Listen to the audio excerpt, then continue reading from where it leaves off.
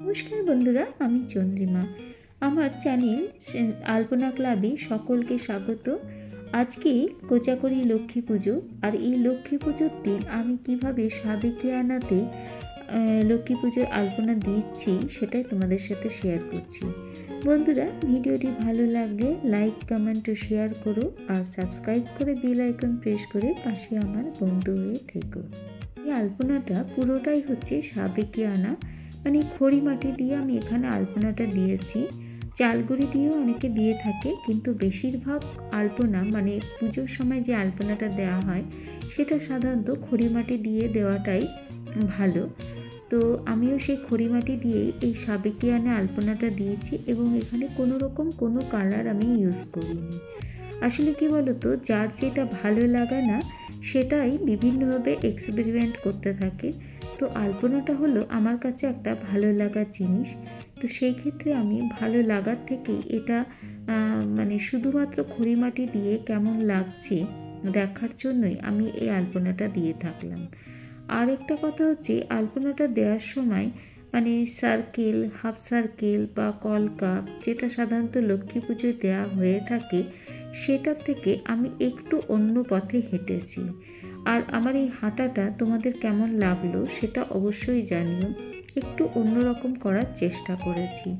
আমি দেখো পুরো চৌকো টাইপের একটা আলপনা দিয়েছি, এবং তার মাঝে এমনভাবে স্ট্রাকচারটা করেছি যাতে মানে দেখতে মনে হবে একটা পুরো চৌকো জিনিসের ওপরে কিছু যেন একটা এঁকে ছেপে দিয়েছি, এরকম মোটিভটা আনার চেষ্টা করেছি।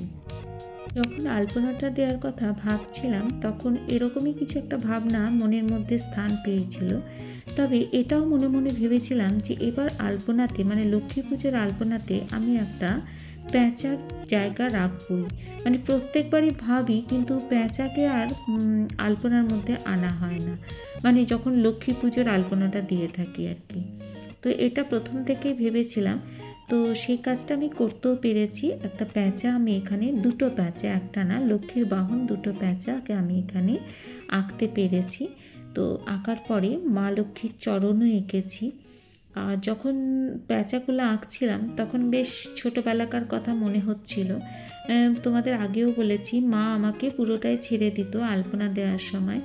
তো সেখানে লক্ষ্মী পুজোর দিন আমি অবশ্যই করে একটা প্যাঁচা আঁকতাম, আর তার সাথে একটা কুঁড়ে ঘরও আঁকতাম জানো। তো সেই কুঁড়ে ঘরটা যদিও বা এবার করতে পারিনি, নেক্সট বার চেষ্টা করব তোমাদের সাথে সেটা শেয়ার করার জন্য। তো আলপনায় এবার প্যাঁচাটা আমি তুলে ধরেছি, আর এমন করে এঁকেছি যাতে মানে আমি যে সার্কেলের মধ্যে বা কলকা টলকার মধ্যে নয়, একবারে চৌকো জায়গার মধ্যেও প্যাঁচাটাকে সুন্দরভাবে কিভাবে দেওয়া যায় সেটাই আমি এখানে তুলে ধরেছি। আর মা লক্ষ্মীর চরণটাও এর মধ্যে ইনক্লুডেড হয়ে গেছে, মানে সব মিলিয়ে একবারে পারফেক্ট মা লক্ষ্মীর কোজাগরী পূর্ণিমার আলপনা হয়েছে। অন্তত আমার তো তাই মনে হচ্ছে। তোমাদের কেমন লাগছে এবং আরও কি করলে বেটার হতো সেটা অবশ্যই তোমরা আমাকে জানিও। আমার এটা একটা এক্সপেরিমেন্ট। আর দেখো যে অলংকারগুলো দিচ্ছি সে অলংকারটাও আমি এরকমভাবে দিয়েছি, বেশ একটা অন্যরকম সাবেকিয়ানা লুক আনার বিভিন্নভাবে চেষ্টা করেছি। বাড়ির অনেক জায়গায় আমি আলপনা দিয়েছি, কিন্তু সবটা তোমাদের সাথে শেয়ার করতে পারলাম না, কারণ বুঝতেই পারছো লক্ষ্মী পুজো, অনেক কাজ। তো সামনেই যেটুকু পেয়েছি মানে যেটুকু দিতে পেরেছি এবং সেটুকুই তোমাদের সাথে শেয়ার করেছি। এখন রাত কটা বলো তো? ঠিক 12টা। তো এখনও আমি আলপনা দিয়ে যাচ্ছি, আর সব কাজ মোটামুটি কমপ্লিট। এবার আলপনা দিয়ে আমি শুতে যাব। তো সেই জন্যে আমি পুরোটা তোমাদের সাথে আর শেয়ার করতে পারলাম না।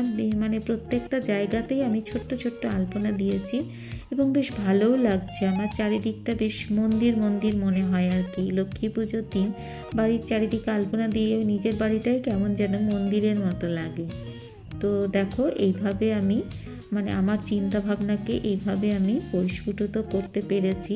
তোমাদের কেমন লাগলো জানিও, আর তোমরাও কেমন আলপনা দিয়েছো আমার সাথে শেয়ার করো। টাটা বন্ধুরা।